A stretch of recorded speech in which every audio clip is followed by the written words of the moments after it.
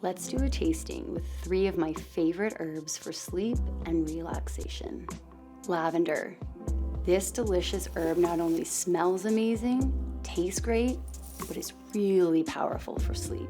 This nervine works directly with the nervous system to make sure that you feel relaxed and promotes sleep. Floral, herbaceous, sweet, and a little bit of citrus. Next is chamomile. Chamomile tends to be overlooked, but it's actually a very powerful herb for relaxation and sleep. Make sure that you cover the teapot to make sure that the medicinal properties of the herb will stay in the tea. This is perfect for after a meal, at night, or right before bed. Chamomile. If you can opt for a loose leaf chamomile, definitely do so. It has hints of lemon, a little bit citrusy, absolutely delicious. Lemon balm is part of the mint family, so it has a really delicious taste.